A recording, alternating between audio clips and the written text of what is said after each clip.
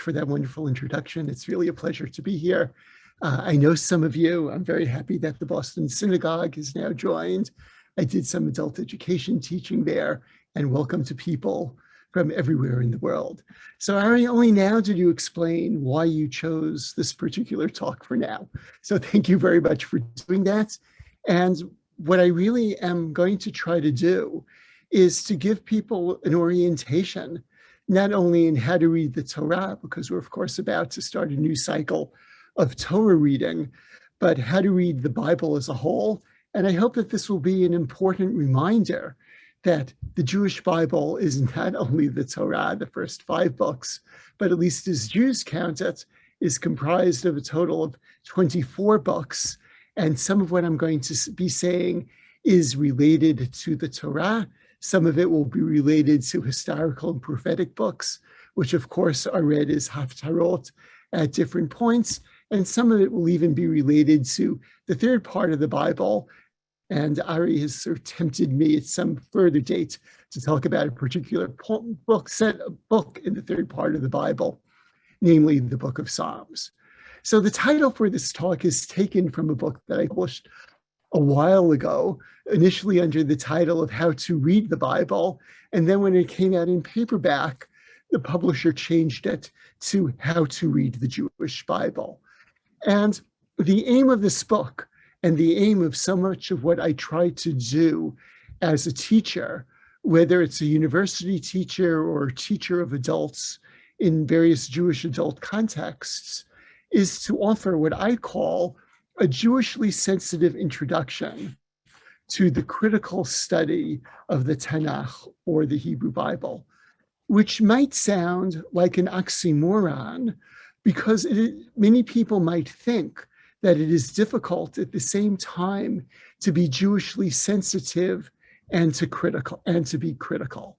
So I'm going to spend the first few minutes of the talk talking about what I mean with these terms, Jewishly sensitive and critical, though in the reverse order. And then I'm going to talk about at least what for me are 4 basic principles that I use when I try to teach the Bible, and principles that I'm happy to have you ask questions about at the very end, but which I think can really guide you as you try to read through the Hebrew Bible or the Tanakh. I must say that I am not thrilled with the term that I use because it's a term which everybody who's a professional in biblical scholarship uses, namely the term critical biblical scholarship, or often it is called historical critical biblical scholarship. And when people want to get me really annoyed, they turn it into a noun and I get called a biblical critic. Because one of the senses that people often use with the word critic is that a critic is a person who's trying to criticize something. So one thing that I just want to put on the table is that when people talk about critical biblical scholarship or historical critical biblical scholarship, this is a term which goes way back to the 17th century. And here you could see this particular term in one of the first books that came out dealing with critical biblical scholarship in French by Richard Simon, called A Critical History of the Old Testament.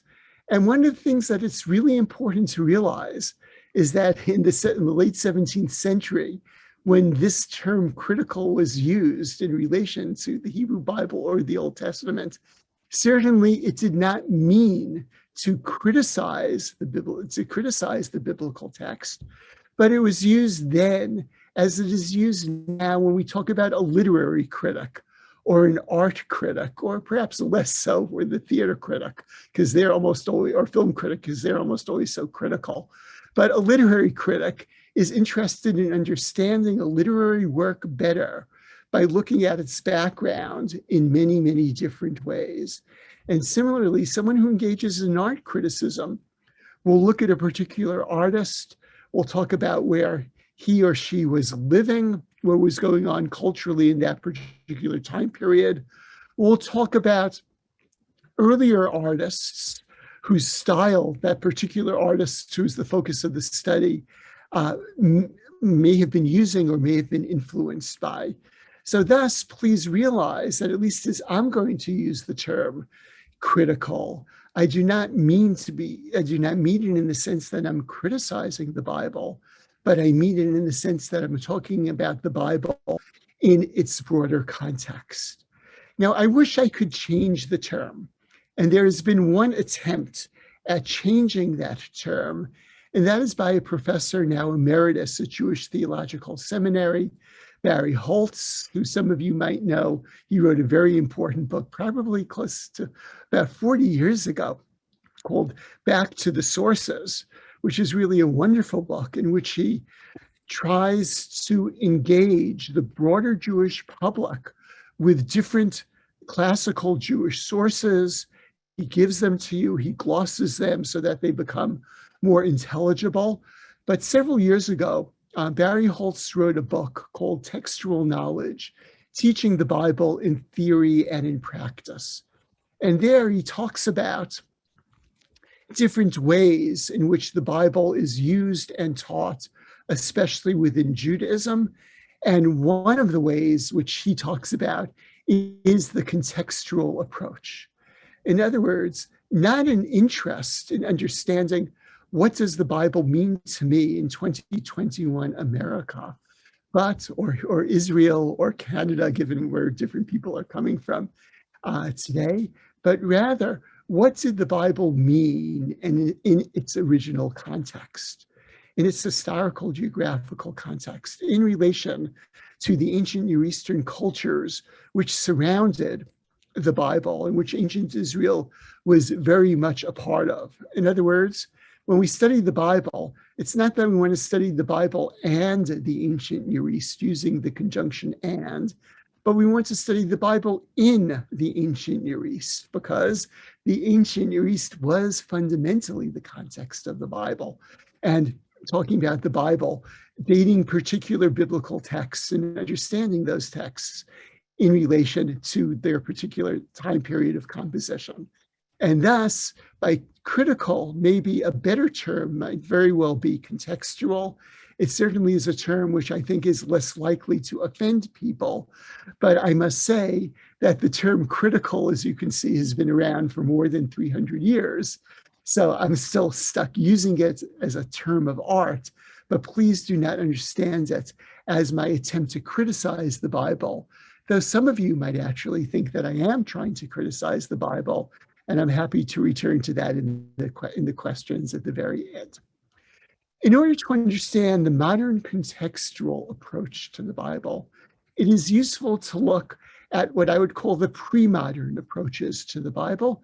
And here, these are best summarized by James Kugel, who taught for a few years at Yale, then at Harvard, then at Bar-Ilan University in Jerusalem, who wrote this wonderful book. And it's very, very readable. The book as a whole, in terms of its prose, is as beautiful as its cover, called The Bible as It Was. So again, my focus is the Bible as it was. He is interested in a slightly later period, namely the period immediately after the Bible was canonized, a whole other topic, which maybe one day I will talk about, and the way in which the Bible was understood in rabbinic literature, in early church literature, and also in many books which were not canonized in Jewish tradition, books that I'm happy to talk about in the Q&A, books that are sometimes called Apocrypha. These are books which are part of the Catholic canon, but not part of the Protestant and Jewish canon, and books with strange title pseudepigrapha, namely books from the Second Temple period, many of which were written with the pretense of false authorship, because people thought that the best way to get a book published was not to say that it was by some relatively unknown Second Temple figure, but rather by somebody like Jacob. So you have the last, or Jacob's children, the last testaments of Jacob's children and so forth. So these books are called pseudepigrapha, namely false writings. And this is a very important corpus of pre-rabbinic, non-rabbinic, post-biblical books. So Kugel points out that literature from this period, whether rabbinic or not, shares 4 fundamental assumptions. The first one is that the Bible is a fundamentally cryptic document. The Bible does not mean what it says. The Bible's words need to be reinterpreted and often get reinterpreted in non-obvious ways. To give you a very simple example of this, there are different laws concerning the Hebrew slave in Exodus, Leviticus, and Deuteronomy.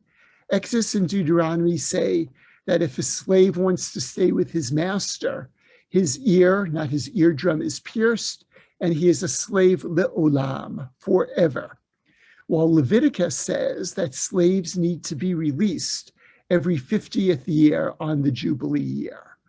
The way in which the rabbis deal with this contradiction, and a little later I'll talk about why this contradiction exists, but the way the rabbis deal with the contradiction is to say, well, when Exodus and Leviticus say that the slave can serve le'olam, forever, until eternity, that means that the slave is released in the 50th year, because the Bible is fundamentally cryptic.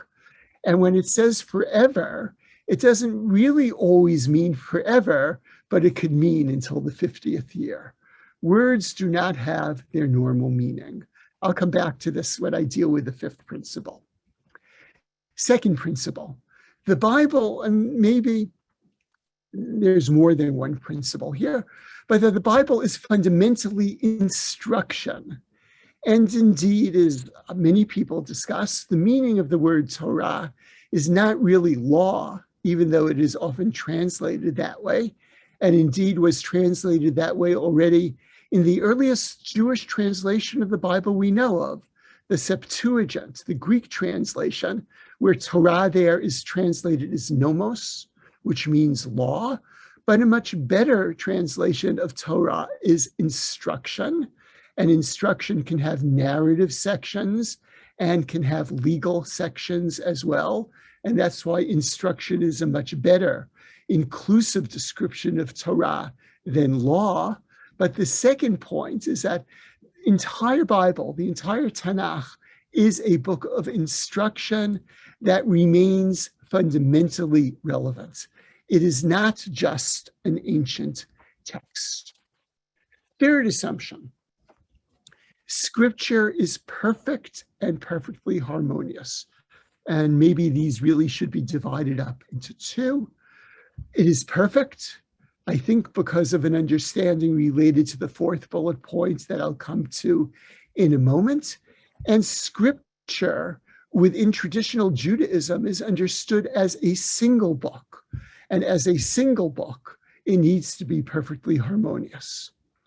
Finally, and all of Scripture is somehow divinely sanctioned, of divine provenance or divinely inspired. In other words, all Scripture is divine in some sense. And you could see, even though Kugel doesn't say this, and this is one place I differ with him a little bit, is at least assumptions 1 and 3, I think, are connected to assumption number 4. If it's divine, of course it's perfect and perfectly harmonious.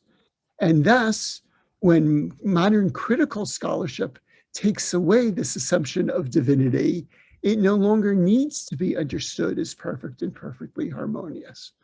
Finally, in terms of the 4th assumption relating to the first assumption, God talk need not be the same as human talk. It's a very simple, but it's a very important sentence. Again, I'm happy to give an example of it later, but let me just say it again. God talk need not be the same as human talk. And therefore, when God speaks, God can be speaking in a cryptic way that needs special rules for interpretation. So what I would like to emphasize is that the critical approach is totally the opposite of these four assumptions. And when I teach the Bible from a modern scholarly historical critical point of view, I am disputing each of these four assumptions. So let me now return to these four assumptions as a critical biblical scholar. I don't have a slide for this, but I'll sort of speak over each of these 4 points. First point would be the Bible is fundamentally straightforward. Words mean what they typically mean. Secondly, the Bible was written in a particular context, in a particular time. We may find some of its text still useful, but it was written for that particular time period. And as such, there are many texts which are fundamentally irrelevant. Third bullet point, Scripture is a compendium. It's an anthology coming from different people, different places, and different time periods, and I even say perhaps reflecting different genders and certainly different social classes. It does not have an author with a capital A and an R at the end of the word author, but has authors with a lowercase a and an S at the end, authors. Therefore, there's no way to expect it to be perfect and perfectly harmonious. Finally, critical biblical scholarship says it is a matter of faith that Scripture is somehow divinely sanctioned, etc. And critical scholarship does not buy into issues of faith. So as such, as I would say here on top, critical scholarship is exactly the opposite of the previous slide. If the previous slide privileges the Bible in a certain way, suggesting that it needs to be read with particular rules and suggesting that it needs to be read in a way which is totally unlike other literature, critical biblical scholarship or contextual biblical scholarship says that the Bible needs to be read more or less like other literature. So you might wonder, if I am saying that and I have deprivileged the Bible, in what way can my suggested readings for the text be Jewishly sensitive? So here I want to talk about a variety of ways in which I think it can. Number one, please remember, the Hebrew Bible, as the Old Testament more or less, is the first part of the larger Christian Bible. And one way in which Jewish readings are different than many Christian readings is insisting on the conceptual autonomy of the Tanakh or the Hebrew Bible, rather than reading it as part of a larger Bible which contains the New Testament and reading it in relation to the New Testament. Those of you who were at the last talk I gave with my colleague Amy Jill Levine will understand this point quite well. Furthermore, a very frequent move in Christian theology in an attempt to explain why the New Testament was given is to say that the Old Testament is fundamentally problematic, that maybe things started out well at the beginning, but as you move through the Old Testament period, and I'm using that word on purpose here, things got worse and worse. There was a devolution rather than a positive evolution. And as a result of that devolution, there was a second revelation, which required the New Testament in some way to correct the old. There was a new covenant to supplant the old covenant. That obviously is not going to be a Jewish view. Instead, something which Jews will do, and I do this in various places in the book, How to Read the Jewish Bible, is to be especially interested in late biblical books, books which are never read liturgically, which the Jewish population does not know well, such as the books, maybe we'll do another talk on that, obscure late books of the Bible and why they're important. Books such as Ezra Nehemiah or the Book of Chronicles, both of which are found in Ketuvim. If I'm Jewishly sensitive, I find those books especially interesting because historically they are a bridge toward the rabbinic period and rabbinic literature. And I won't deal with the last one, but the next to last bullet point, a Jewishly sensitive reading of the Tanakh takes the Torah especially seriously. So here I want to point out that if you open any printed Bible, a printed Bible that I know of, you will see that all the books are printed in the same font size. But different religious traditions give different books different values. And I like to talk about this as certain books or certain passages being in much larger font size. So to talk about this in a very general way, if I were to talk about a Jewishly sensitive, critical introduction to the Hebrew Bible, this would be very centered on the Torah, which is first among equals within Jewish tradition. And if I were to write out the word Tanakh, the T or the Tav would be much larger than the Nun or the N of Nevi'im, of prophets, which itself would be larger than the Kaf or the K of Ketuvim.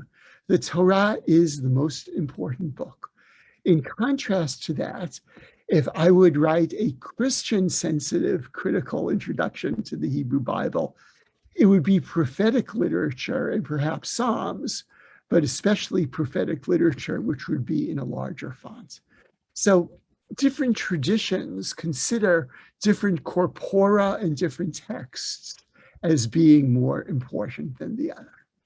So if I were to go back to Kugel's 4 assumptions, and I wanted to talk about Brettler's 4 assumptions for both in italics, how to read the Jewish Bible, but also not in italics, the general topic of how to read the Jewish Bible. These would be my 4 assumptions. I'm happy to talk about each of them. I do not have time to talk about each of them in the same period of time, but I will touch on each of them.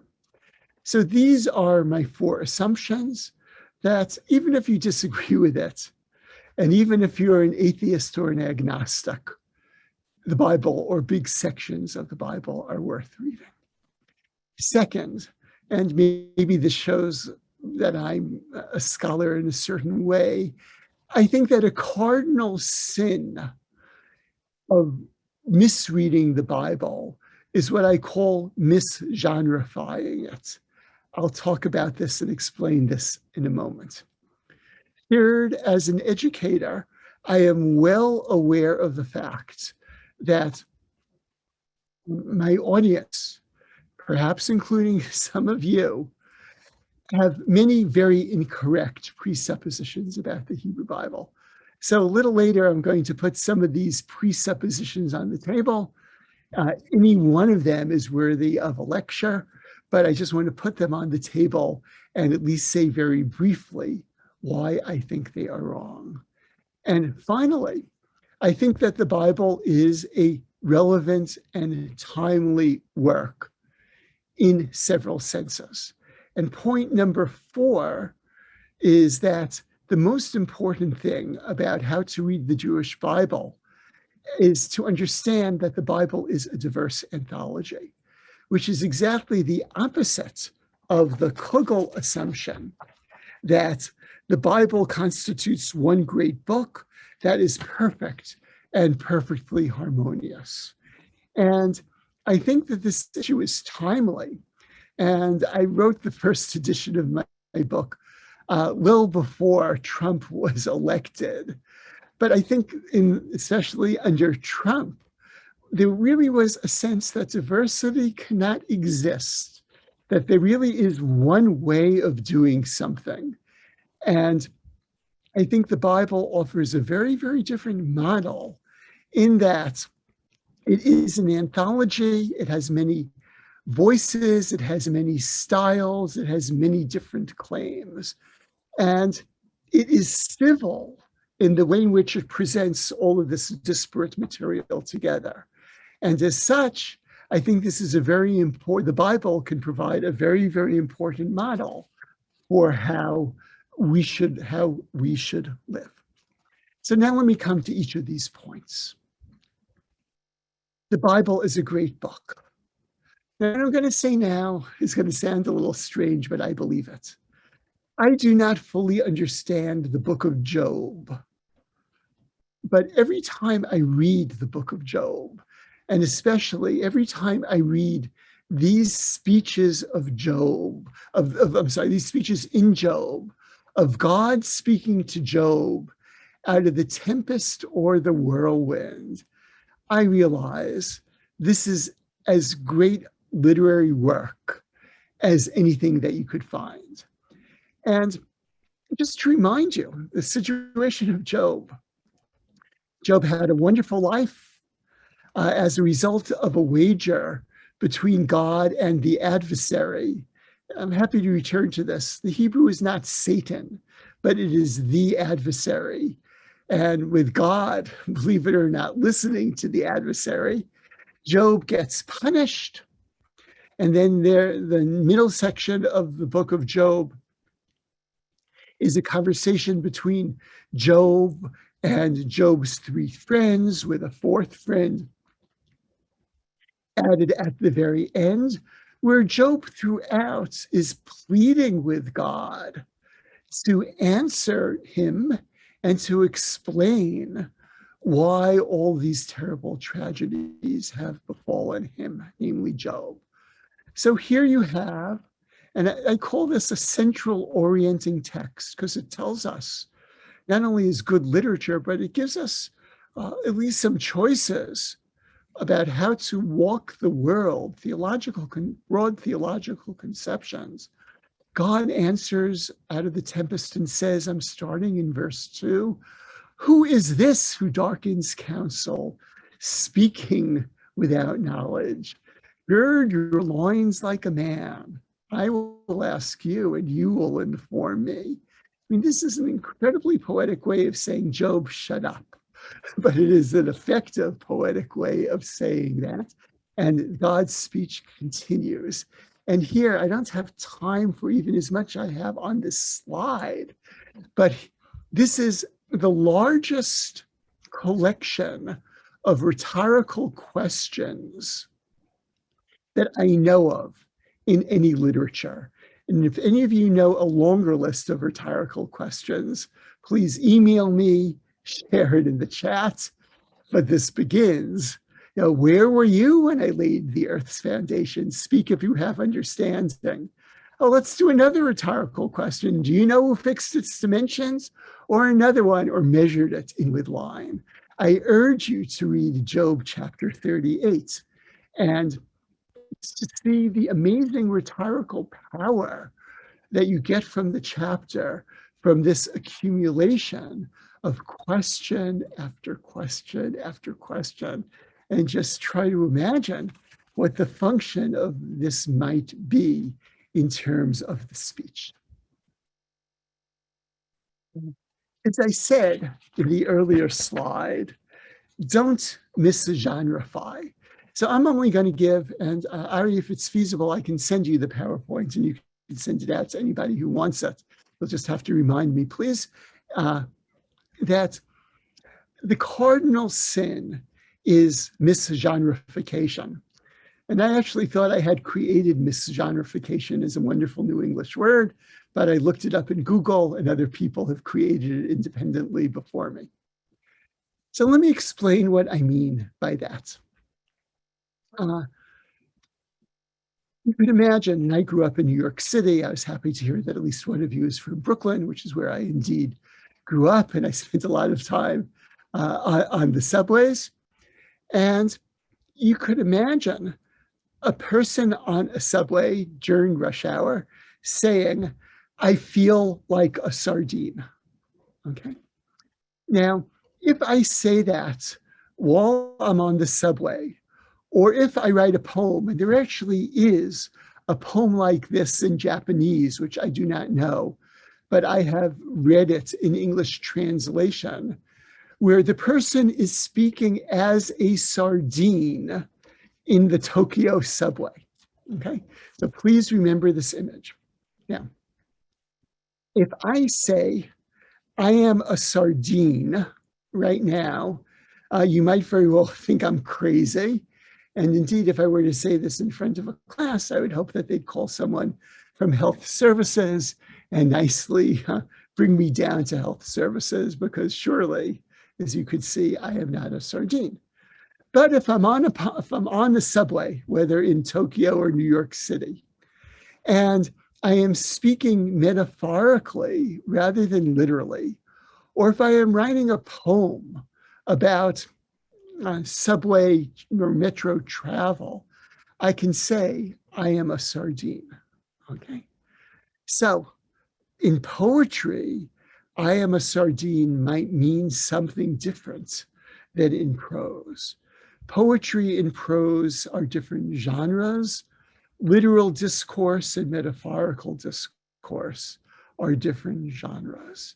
So something that that I think needs to be considered, especially when reading the book of Genesis, and this is only one of many examples that I could give from the book of Genesis, is that this material should not be genreified as science or as natural history. And this has lots of implications, for example, for how we should read the creation story in Genesis chapters 1 through 3, and whether we want to engage in creationism or not, something I'm going to come back to a little bit later. But in any case, a simple example. Genesis chapter 10 has what is called by scholars the Table of Nations, and it lists 70 different nations that are descended from the 3 sons of Noah. And some of you may know this tradition of 70 nations. In rabbinic literature, the derivation of this particular idea is from this chapter, Genesis chapter 10. And these are not literal sons of Noah, but rather what this chapter is interested in is in describing the geographical connections between different countries, where some countries in the area of Africa in particular are described as children of Ham, Hebrew Ham. Other countries, especially in the area of the Near East, are described as children of Shem. And that indeed is where the word Semitic comes from. Shem, S-H-E-M, not S-H-A-M-E. While other countries to the north and to the west, Persia, Greece and Greek Isles and so forth, are described as descendants of Japhet. So that, let me phrase it this way, Genesis 10 is using genealogical language to describe how different countries are related to each other. And in so doing, is also making certain comments about languages. For example, these countries are not only contiguous with one another, but even in antiquity, they would have realized the languages, the Semitic languages, are related to one another. So let me say this again. This is not a literal genealogy in the same sense that my father's name was Sidney and my children's names are, my mother's name was Miriam, and my children's names are Talia and Ezra. There I am talking about real people with real family relations. If you read Genesis chapter 10 in that way, as real people with real family relations, then you are going to misunderstand the genre, and you're going to understand it as describing literal children rather than the relation between various geographic areas. And one area where this is super important, and I skipped over some other examples from Genesis, is to understand biblical poetry properly. So I'm going to say something which is going to sound a little silly, but I believe is true. Poetry is that which is not prose, sentence number one. And sentence number two is different civilizations have different rules for poetry, which make it unprose-like in different ways. So for example, most English poetry, or much English poetry, is characterized by rhythm and rhyme. And if you want to understand English poetry, we're all taught this in elementary school and high school. We are taught different metrical patterns to expect, and we are taught different rhyme schemes that exist in the English poetic tradition, for example. Now, the word poetry is used for the Bible by scholars, but the Bible is poetry in a very, very different sense than English poetry is. And in order to understand the 1/3 of the Bible, which is poetic properly, you really need to understand the basic structures of biblical poetry.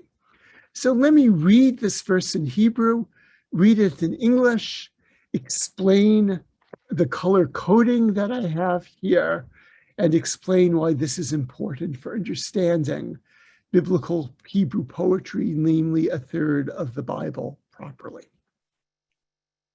It's from the opening speech in the first chapter of Isaiah. Yada shor konehu, v'chamor evus ba'alav. Yisrael lo yada, ami lo hitbonan. Even before I read the English, something that you should be hearing is that there's a double binariness, if that's a word, going on here. This verse is in two sections, where each section, each half of the verse itself can be divided into halves. So we have 4 quarters here, but the key is the binariness. So now let me translate and explain the color coding, which you'll be able to see both in Hebrew and in English. An ox knows its owner, an ass its master's crib. Here, crib means the place where it is fed, where it's given grain. Israel does not know, my people takes no thought. This type of structure, which is called parallelism, and here you have a more specific type of parallelism, often called synonymous parallelism, is typical of biblical poetry and is totally foreign to the poetic traditions that we are used to.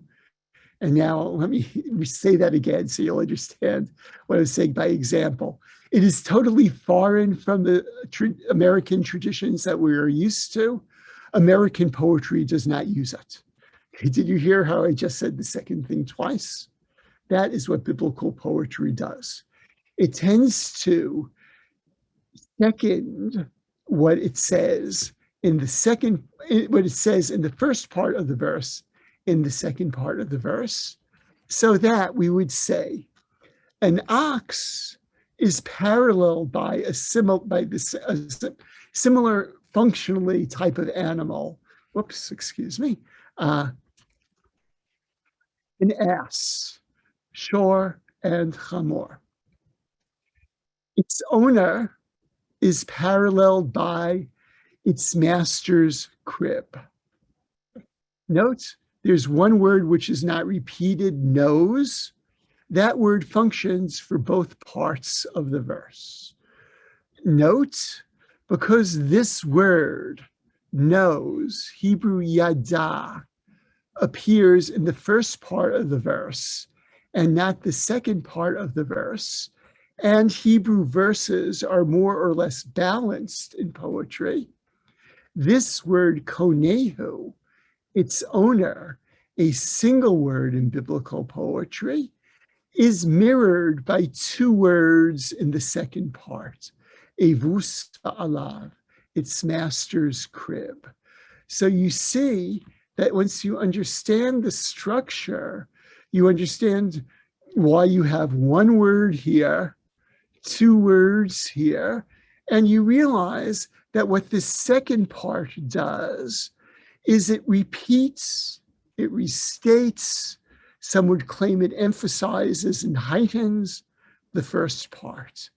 That is the way in which biblical poetry works, and it is crucial to understand. And with this principle, which you see again here, Israel does not know, my people takes no thought.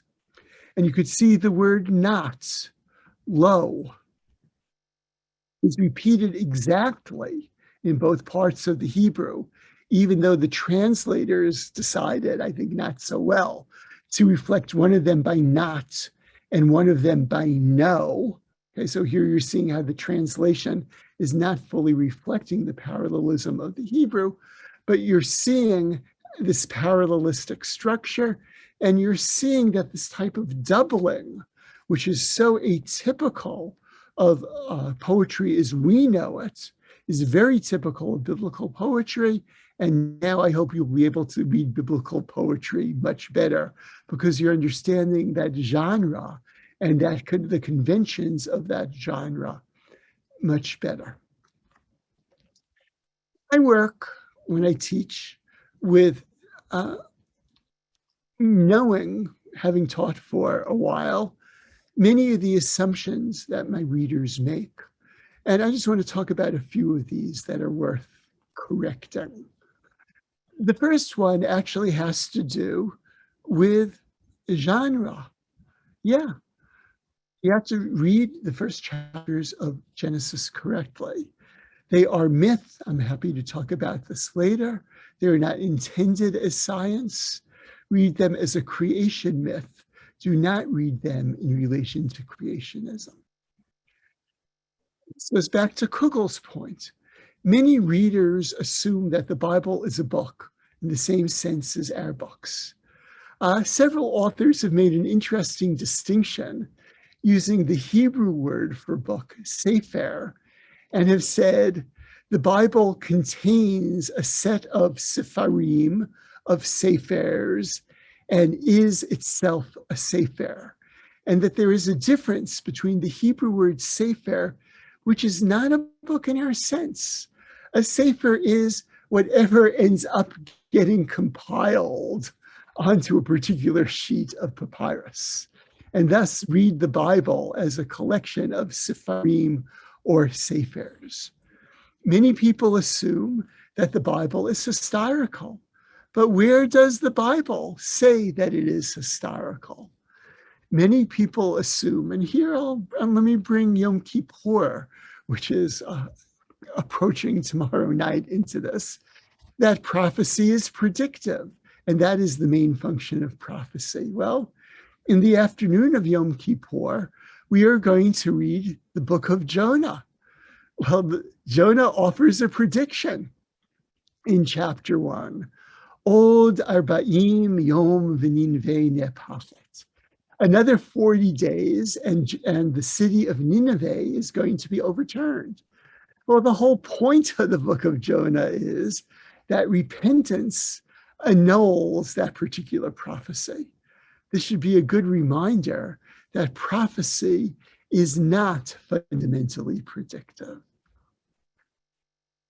The reading in many traditions for the morning of Yom Kippur is Leviticus chapter 18. Leviticus chapter 16, namely the chapter that deals with the Yom Kippur offerings that deals with the high priest going into the Holy of Holies and deals with what is literally the scapegoat. That is where that particular term comes from. This ritual makes sense.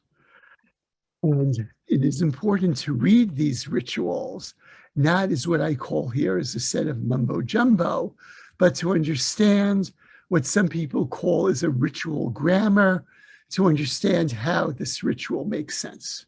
Just excuse me. And I'll just skip down to the last one for now. Another assumption that people make, and again, I'm happy to give the evidence that I have concerning this, is that, for example, everything in Jeremiah is by Jeremiah. Everything in Amos is by Amos, because that's the name of the book. Biblical books, as I've said earlier, are anthologies. Different material comes together in the biblical books. And please do not assume that everything in a prophetic book is actually by the prophet to whom it is attributed. My last point is that the Bible is a diverse anthology. And it is diverse concerning some of the most basic issues. So it's teaching undergraduates, they make the assumption that the Bible is fundamentally a monotheistic book. And indeed, there are a few, very few verses in the Bible which seem to suggest what we would call monotheism. Deuteronomy chapter 4, for example, here says, this is in the retelling of the giving of the Decalogue or the Ten Commandments, okay, it's been perfectly demonstrated to you that the Lord alone is God, there is none beside him. That sounds good and monotheistic to me. Some of you may know this in Hebrew. This is actually part of the Simchat Torah liturgy. Ata horita ladat ki Adonai hu Elohim ein od milvado. But contrast that to the Song of the Sea, Exodus 15:11. Mi kamocha ba'elim Adonai. Who is like you, O Lord, among the Elim? Now, I must say, the Jewish Publication Society nicely sanitizes this verse and tames it by translating Elim as celestials. But Elim is a plural of the word El, which means gods. This verse suggests that the biblical God is incomparable in relationship to other gods, but that other deities exist. Similarly, in the Decalogue itself, in the Ten Commandments, it does not say, there are no other gods besides me, but you shall have no other gods besides me. This seems to at least implicitly recognize the existence of other deities and commands the ancient Israelites that they must serve only the God of Israel. Just to take another issue, intergenerational punishments. Oh yeah. Most of you will like what you have in Ezekiel. The person who sins, he alone shall die. But the book of Lamentations, written after and in reaction to the destruction of the first temple in the year 586, says quite explicitly, our fathers sinned and are no more, namely they died, and we must bear their guilt. And what I have here is the first text is also relevant to the high holidays, because this is used in the high holiday liturgy quite often on Yom Kippur in a section called Slichot, where at least a variant of it is used from Exodus 34, where you have God's so-called 13 attributes, but where it appears there and where it appears in Exodus chapter 20, you have a description of God as impassioned, visiting the guilt of the parents upon the children, upon the third and upon the fourth generations, and so forth. In other words, this text from Ezekiel explicitly rejects vicarious intergenerational, I left out a G there, I apologize, punishment, while these two texts explicitly recognize it. So never say the Bible says there is only one God, because that's not true. Never say some people like to do quoting Ezekiel, because that's the text they like more. The person who the Bible says, the person who sins, that person alone shall die. Don't say that, because there are different biblical views as well. So the last thing I'd like to say is that I believe that the type of reading I am advocating for is both intellectually and religiously meaningful. And these two pictures were actually written in reaction to this book, The Bible and the Believer. This is going to sound like a bit of a bad joke, which I co-edited with a Protestant, Peter Enns, and with a Jesuit, with a Catholic priest, Daniel Harrington. And this book argues that it is possible for the Bible to be read in a way that it is both intellectually and religiously meaningful. So one of the reviews that somebody wrote of this book, Amazon is very good at nasty reviews. I think this is from there. These authors may be able to pal around with each other. Yeah, we were friends, and find no great difference between the approach of the others, which actually isn't true, because we do find differences, but most reviewers never read books very carefully. But their approach is quite distinct from a genuine godly and biblical one. So I must say, I'm not quite sure what a godly approach is. I don't think that there is a single biblical approach, and that is really what How to Read the Jewish Bible and the Believer argues. And these people who think it's not good, maybe one way of viewing this, well, this, I love this particular slide. Somebody was looking in the stacks of a library and found my book, or this particular book, and gave it a thumbs up, because she clearly believes that it is possible to read the Bible in such a way that it is both intellectually rigorous and the Bible remains a religiously meaningful book. So for more on that particular point, please do take a look at my section in particular, The Bible and the Believer, and the final chapter or the afterword of How to Read the Jewish Bible, which is called Reading the Bible as a Committed Jew, which is the way I will define myself. And I would say that I think it is possible to read the Bible critically and religiously. It is possible to be a historical, critical, biblical scholar, and at the same point, to be a committed Jew. So I hope these different perspectives that I have offered will be useful as you start the new cycle of Torah reading in about 2 weeks, and as you continue to read not only sections from the Torah, but the entire Hebrew Bible. So thank you very much. And now I'd be delighted. Ari, we didn't talk about how we're going to do questions, but I'll be delighted to take your questions. Yeah, thank you. I think I'll moderate, so people have chatted questions already, and I'll open up the chat so they can chat them publicly as well if they want. So here are a few questions that have come up. First of all, I attended Maimonides Jewish Day School, and they did not teach us anything that you taught, just as you can imagine. I'm well aware of that. And let me just say something. I mean, I think they didn't teach it because they honestly don't believe in it.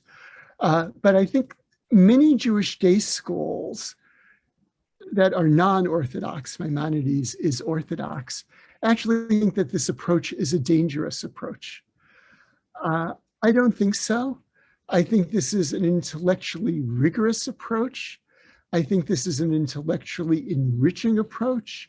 And I think that we would do very, very well to teach this approach beginning already when students are in school.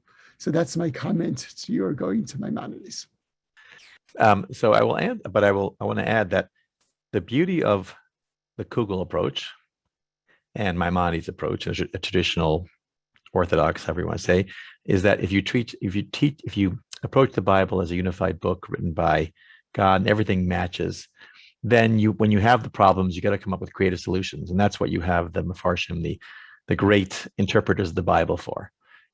If you then go to a different approach, say, well, it wasn't written by God, or it wasn't inspired, or however you want to say, and it was written by many authors, and you can explain the differences in that way, you get rid of that beautiful piece of the challenge of dealing with the text, like how Ibn Ezra would explain it, Maimonides or Nachmanides. And so I find myself in between both worlds, which is I do want rigorous, I do want to understand the reality, but also don't you lose that first part that I talked about, that beauty of being forced to come up with answers because you have to approach the Bible like the Kugel approach. Okay. It's going to take me more than 30 seconds to answer that question. First of all, one of the most clever, true comments made about the title of my book is, somebody said, once I got beyond the obnoxious title of this book, I did not mean to be claiming in the book or in the title of this lecture that this is the only way to read the Bible. Okay. And I really don't want either this lecture or the book title to be understood in this way. And I very much appreciate and engage also with traditional ways of reading. But I think that many traditional ways of reading ultimately are reconciling. I don't know that that's a word that you used, but it's a word that often gets used, and I want to put it in scare quotes, are reconciling different contradictory texts in the Bible by giving one greater voice than the other, by reinterpreting one in light of the other.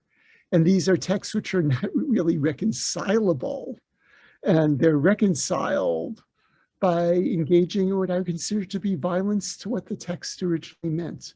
So I actually think that my approach, the historical critical approach, it's not mine, actually helps us better understand much of what rabbinic and classical medieval Jewish literature is doing, because what they're really doing is they are trying to reconcile the irreconcilable. And they're doing that either by assuming the text is cryptic and interpreting in a way in which is not natural, or by silencing one text in relation to another. So that's how I would answer your question. Martha Hauptman asked a question that you did not mention, but how does archaeology fit in to the mix and to your approach? Yeah, archaeology is super important. Again, there are different types of archaeology. Archaeology often helps us understand the background of biblical stories. So when, for example, the household idols or Hebrew teraphim are stolen in the book of Genesis by Rachel from her father Laban, what are teraphim? What are these household idols? What did they look like? How did they function, and so forth? So archaeology is really very helpful there. Another way in which it is helpful is often texts fill in, texts and sometimes artifacts fill in a whole lot of background that we don't have in the biblical text. So a lot of so-called history of the biblical period can be filled in on the basis of archaeology. And thus we could understand the biblical text much more richly that way. And often we can understand whether or not the biblical text is following the actual history of the ancient period, or is doing something else, often for an ideological or theological reason. Great question. A lot of questions, and I'm trying to take as many. We have very limited time. You didn't mention the documentary hypothesis and the different people who the different hypotheses who wrote different parts of the Bible, but I assume that you ascribe to I do. a hypothesis as to who wrote what. Is there anything you want to share on that?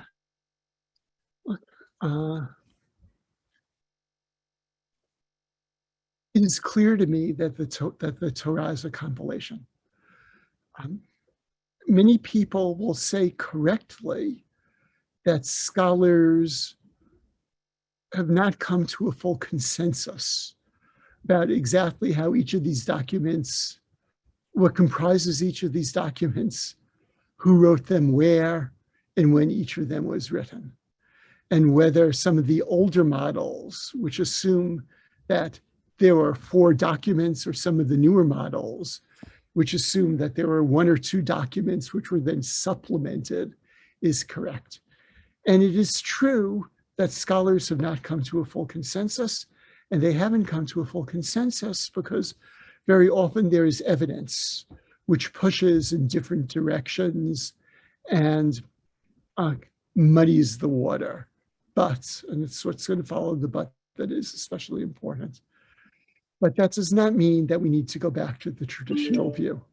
We do not have a full view, a full precise understanding of exactly how and when the Torah was written. But I think the evidence is clear and significant enough that it needs to be understood as a composite work. And this is, again, let me come back to the words critic and criticism. By saying this, I'm not criticizing the Bible, but I'm trying to explain certain difficulties in the Bible within the context of how I know other ancient texts were written. So from your perspective, and you mentioned about how we should approach the Bible and even the names in the Bible. Is anybody in the Bible that you know for sure existed? Yeah. And who was the earliest that you think from our biblical text that you are comfortable? I think you have to go to the Book of Kings. So there are kings like Ahab who are mentioned in Assyrian documents.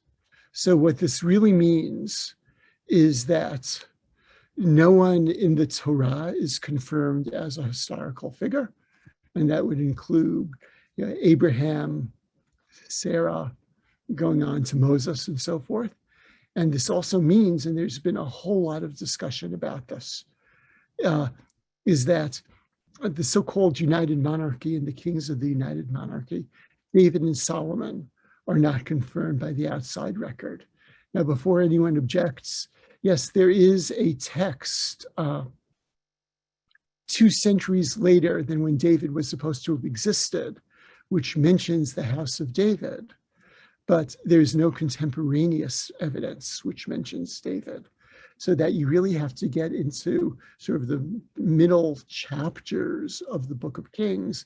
And then there are quite a few kings who are mentioned in the Assyrian records.